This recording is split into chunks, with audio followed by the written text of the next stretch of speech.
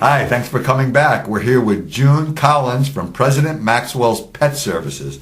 You're going to learn a real lot about pet services just in our chatting. I learned a lot of things I didn't know before. So, June, first tell us how you got started in this. I got started in this. I lost my dog Zeppelin, who was a German Shepherd. She was killed about 1987, and I really missed her so much.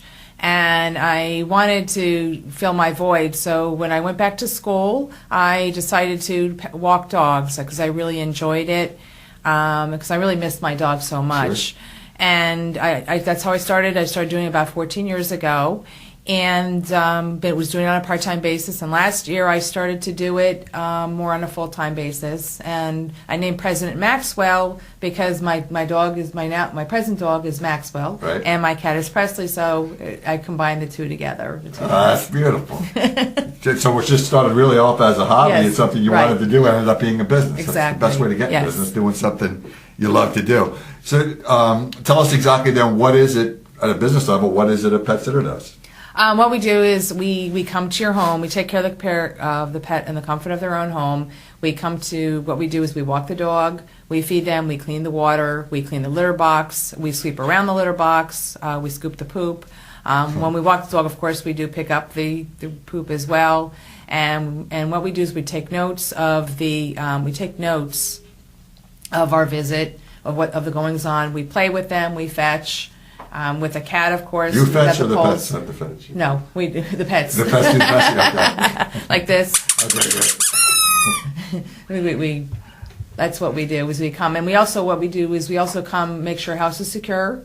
Like if we see anything, we make a note. Like there was a client I had one night. There was a strange car outside. I called the police. So these are things we look for to make sure the house is secure. We bring in the mail, any newspapers, because the goal is we want to make sure that nobody knows that you're away. So this is primarily when people are away on vacations, they're going to be away for extended period of time. What I do is I do daily dog walks for the busy professional who just can't break away from work due to client workload or a networking event.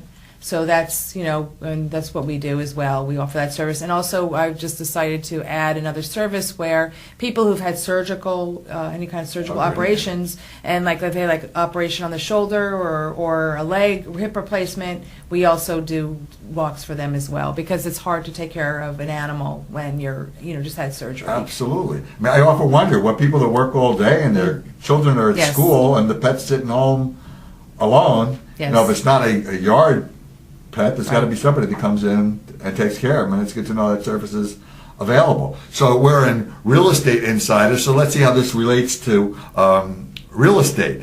How about when you're moving? All right, when you're moving, one of the things you want to make sure is to consider, of course, is your pet, is to keep them safe. And what you want to do is, like for travel, for the move, you want to get your animal used to the idea of traveling, because some animals don't like to travel. I know, like my cat doesn't like to travel. He freaks out. So my dog is okay, but my cat, he'll be meowing all the time. So what a good thing I would recommend is start planning ahead. Take in the cat or the dog, getting them used to the idea of traveling. Put them in the car. What I do with my dog when I travel, I use this harness that I have, and this also connects to the safety belt of the car. You could also use a crate or a carrier for a cat, and just make sure that it's belted so that they're safe. That's one thing you want to make sure. Another thing too is you want to locate a vet in the area. Ask your present vet. If you're moving out of the area, find out who they could recommend you a veterinarian, because that's also very important. Make sure that all their vaccinations are up to date.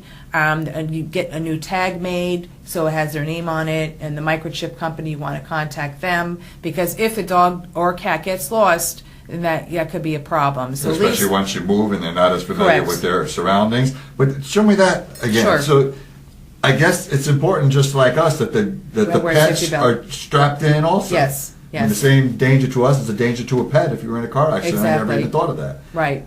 And that clips onto the seatbelt itself. Yes. What you do is you put this on the dog. I put this on my dog, and I make sure it's like this seatbelt, awesome. right? And then I make sure it's fastened safely on him. I'm sorry, I don't have a dog right now, but in the studio anyway. And then what I do is, then I just put this in the safety belt, in the actual And I'm buckle sure itself. most people don't use anything like that, or Right. don't. I wouldn't even think of strapping the crate in. But Right. really, we all wear seat belts, we have airbags, Right. all that. But you had a pet riding in the car, you have to have the same concerns. Sure.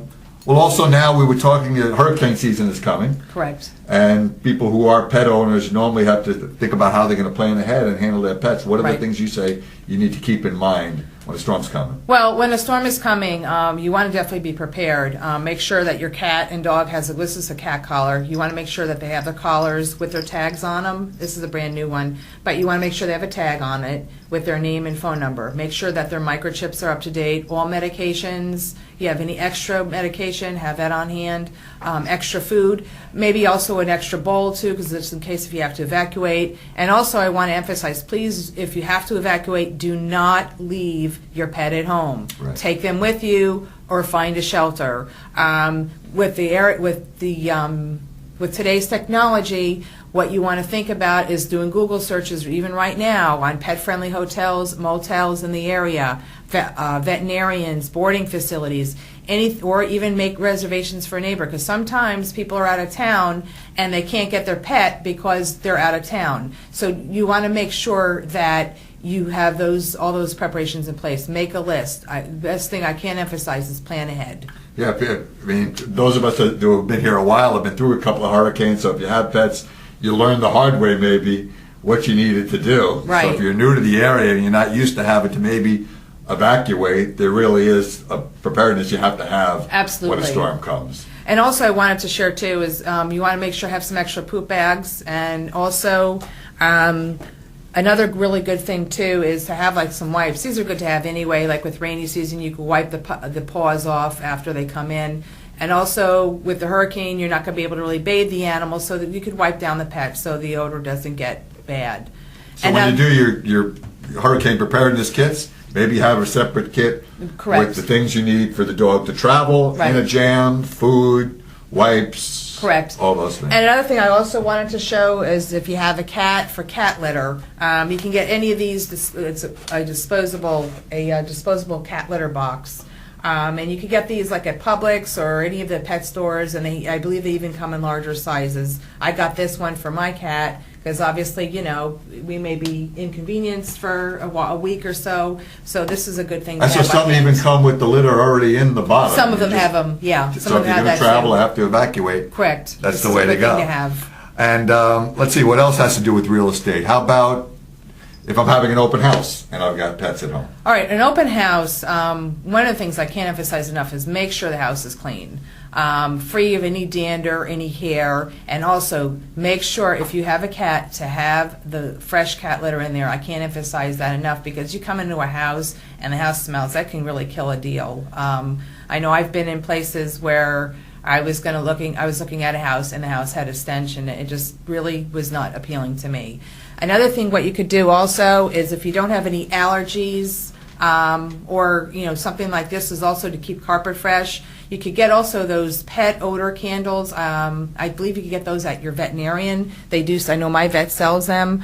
Just burn a candle, something nice, so that at least it's not so bad. Because we get used to the smell because it's our own home. But what happens is if you're not used to a smell, if you don't own a dog, you don't own a cat, you're not going to get used to that. So those are just some things that you definitely want to keep in mind when you do have an open house.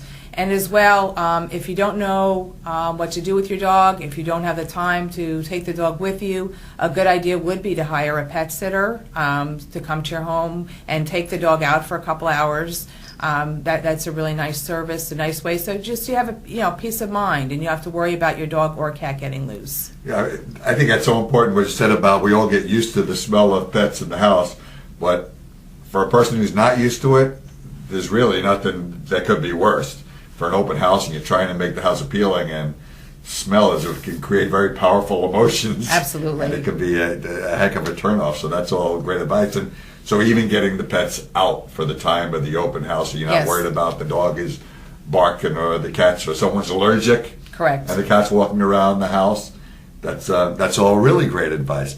Where are there local places that you would take your pets if you want to drop them off for a day also? Yes, there are doggy daycare centers. They have, they're local in the area. That's another way you can do if your dog's good with other dogs, but there's sometimes, like me, when I come in, there's some dogs and cats, obviously cats are not good with other cats usually, in that type of setting, but with dogs, like my dog is very good with other dogs, so I sometimes have taken him to a doggy daycare. That's also a good way to do it, but there are dogs out there that aren't, and with the whole goal for a pet sitter, what we do is we come in, and we don't want to take the dog out of the environment. They're used to their own environment, so that's why we come in. They're used to their own routine, so they're not stressed. That's how I got in the business as well. I had taken my dog, and he was stressed. She was just stressed for days at the vet, and I had to take her back and forth a few times, and it was hard. So the real choice is, if you're going away, if you don't have a friend to watch your pet, and even then it's a strange environment you're sending them to, and you don't want to send them someplace where they're kept in a kennel. Right. You explained to me before, you'll even stay over at the house. Correct. Have someone stay over with the pets while they're there so that they can be comfortable and not stressed out and stay healthy. And I think that's a great service that most people aren't aware of. Because one thing, though, with the difference with the pet sitter is that we know what to do if there's an emergency arises. Because I know some people do leave them with the neighbors, and that's, if you want to do that, you do it. But with a pet sitter, we know what things to look out for. We know what to do in an emergency. Like I'm a CPR and first aid certified. So God forbid something happens, or if there's an emergency with the pet, right? If there's an emergency on for the pet, we know exactly what to do.